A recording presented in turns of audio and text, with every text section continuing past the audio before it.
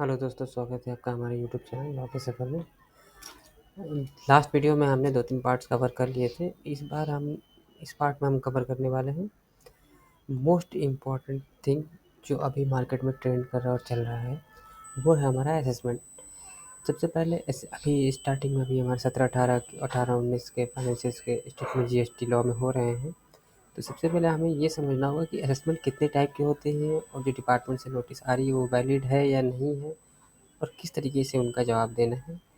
तो उसके लिए सबसे पहले हमारे पास हमारा कॉन्सेप्ट क्लियर होना चाहिए बेयर एक्ट के से। तो अभी हम सिर्फ बेयर एक्ट की बात कर रहे हैं कि बेयर एक्ट में असेसमेंट कितने टाइप के दिखे गए हैं और क्या क्या है। तो सबसे पहले सेक्शन आता है असेसमेंट को डील करता है, वो है section 59 self assessment. Self assessment क्या होता है? जो आप GSTR 3B फाइल करते हैं मंथली, वो आपका सेक्शन 59 के सेल्फ असेस करके आप खुद से फाइल करते हैं कि every registered person self assess the taxable person payable under the act and furnish return on each tax period as specified under section 39। कहने का मतलब जो मंथली या क्वार्टरली जिस बेस पे आप काम कर रहे हैं, जिस बेस पे आप रिटर्न फाइल कर रहे हैं, वो आप एक तरीके से सेल्फ असेस करके ही उसको फाइल करते हैं।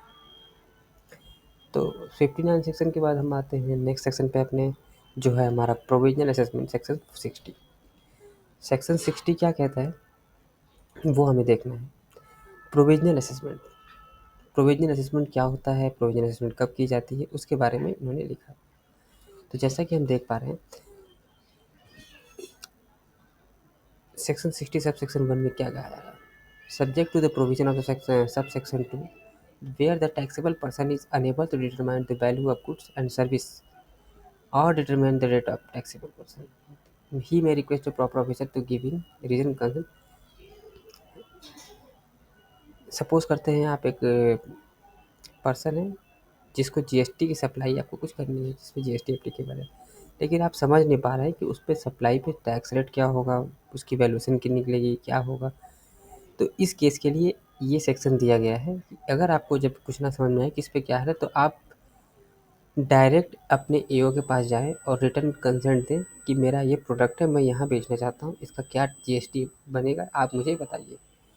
तो इस केस में क्या होगा, गिविंग रीज़न देना होगा कि क्यों नहीं आप डिटरमाइन कर पा रहे हैं। On the provisional basis proper officer shall pass an order. तो प्रॉपर ऑफिसर जो होगा, ईओ जो है आपके एरिया का, वो आपको एक ऑर्डर पास करेगा within a period of not later than 90 days from the date of receive of such request. आपने रिक्वेस्ट दिया है, वहाँ से 90 डेज यानी कि 3 महीने का टाइम होगा उसे इस पूरे केस को पढ़ के प्रोविजनल ऑर्डर देने का, और allowing payment of tax on provision basis such rate. और इस तरीके से प्रोविजनल ऑर्डर करके आपको एक अमाउंट जीएसटी जमा करने के लिए बोलते हैं, जो कि प्रोविजनल बेस पे होगा और जिससे आपकी सप्लाई जा सकती है। प्रैक्टिकली अप्रोच में अभी ये सिनेरियो मार्केट में नहीं आया है, लेकिन बेयर एक्ट लॉन्ग लास्टिक सोच के किया जाता है, इसीलिए बेयर एक्ट में ये प्रोविज़न दिया गया है कि कल कुछ ऐसा आर्टिकल्स होता है जो जीएसटी एक्ट में डिफाइन नहीं है और आप समझ नहीं पा रहे हैं कि उस पर जीएसटी एप्लीकेबल है या नहीं, तो रिटर्न कंसेंट आप प्रोविजनल बेसिस पे आप करा सकते हैं। तो इसके लिए सियोरिटी कुछ बॉन्ड भरने के लिए भी कहा जा सकता है आपको। Professor shall be not exceed 6 month from the date of communication of the order में pass final assessment order. 6 month के अंदर आप उसको फाइनल असेसमेंट ऑर्डर करना होगा, और प्रोविजनल कॉन्सेप्ट ये है, ठीक है। नेक्स्ट चलते हैं हम, इसमें और कुछ ऐसा कुछ खास नहीं है। मेन हम चलते हैं section 61 scrutiny of return. Section 61 के नोटिस सभी को आ गए हैं, कोई बचा नहीं है। मुझे पता है कोई ऐसा नहीं होगा जिसके जो बचा हो, और जो बचा है वो वेट कर ले क्योंकि उसके आने वाले हैं रिटर्न नोटिस। तो सेक्शन 61 ये कहता है स्क्रूटनी ऑफ रिटर्न। तो प्रॉपर ऑफिसर में scrutinize the return and the related particulars furnished by the registered person to verify the correctness. तो स्क्रूटनी रिटर्न में ये क्या क्या करेंगे, GSTR 1 और GSTR 3B की सेल मैच करना, ITC आपने 2A 2B से ज़्यादा लिया या कम लिया है वो चेक करना, वो आता है सेक्शन 61 में। तो सबसे पहला नोटिस आपको आएगा सेक्शन 61 का, स्क्रूटनी ऑफ नोटिस का। देन आगे प्रोसीडिंग स्टार्ट होगी, तो 73-74 में ऑर्डर होगा, जो कि सबसे पहले 61 में स्क्रूटनी होगी। स्क्रूटनी में सबसे पहले आपको 30 डेज़ का टाइम दिया जाएगा कि आप इसका जो है जस्टिफिकेशन या रिप्लाई दीजिए कि ये डिफरेंस है, इसके लिए क्या करना चाहिए, इसका टैक्स कैसे बनता है, ठीक है। सेकंड आता है section 62 assessment of non filers. Section 62 उसके लिए है जो अपनी रिटर्न फाइल नहीं करते हैं। सपोज दैट आपने 2A में 1 करोड़ की परचेज कर ली और 3B1 फाइल ही नहीं किया, छोड़ दिया है आपने।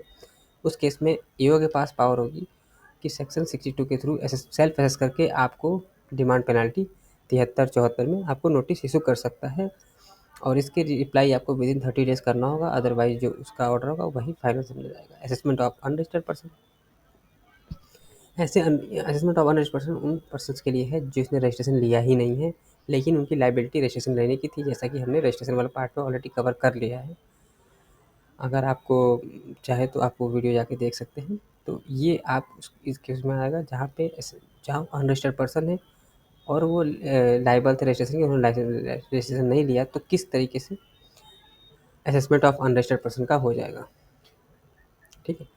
फाइनल आता है summary assessment in certain special cases. Summary assessment बहुत ही कि कम केसों में होता है। मोटा मोटी समरी असेसमेंट ये होता है कि सेक्शन 64 तब अप्लीकेबल है प्रॉपर ऑफिसर में any evidence showing the tax liability in case of the, कोई भी एविडेंस या कोई इनवॉइस ऐसा मिलता है जो कि आपके वन में नहीं शो कर रहा है, लेकिन आपने काट दिया और पेमेंट भी उसका कलेक्ट कर लिया है, तो उस केस में समरी असेसमेंट इमीडिएट करके आपको टैक्स रिकवरी के लिए कॉल किया जा सकता है। तो टोटल असेसमेंट में हमने देखा कि ये आपके 59 में सेल्फ असेसमेंट जो कि आप हर मंथ करते हैं, प्रोविजनल असेसमेंट जो कभी कभी होता है जब आपको टैक्स रेट डिफाइड ना हो, और 61 में स्क्रूटनी रिटर्न सभी के हो रहे हैं। 59 में सेल्फ असेस किया आपने, 61 में स्क्रूटनी रिटर्न हुआ, उसका नोटिस आया। नॉन फाइलर केस में भी होते हैं, बहुत सारे नोटिस हमने देखे हैं। आपको हम बाद में लाइव शो भी करेंगे कि हम कितने नोटिसों पे काम कर रहे हैं और किस किस नोटिसों में सेल्फ असेसमेंट आया हुआ है। ठीक है। तो आज का वीडियो हम यहीं पे एंड करते हैं। इसमें हमने अपने असेसमेंट का पार्ट 59 सेक्शन से 64 तक पूरा ही कवर कर लिया है। तो नेक्स्ट पार्ट में हम चलेंगे, देन हम देखेंगे इसके आगे के प्रोविज़न। तो अभी हम टुकड़ों टुकड़ों में इसलिए बता रहे हैं ताकि आपका इंटरेस्ट बना रहे और चीज़ों को आप जल्दी से जल्दी समझ सकें। तो थैंक यू।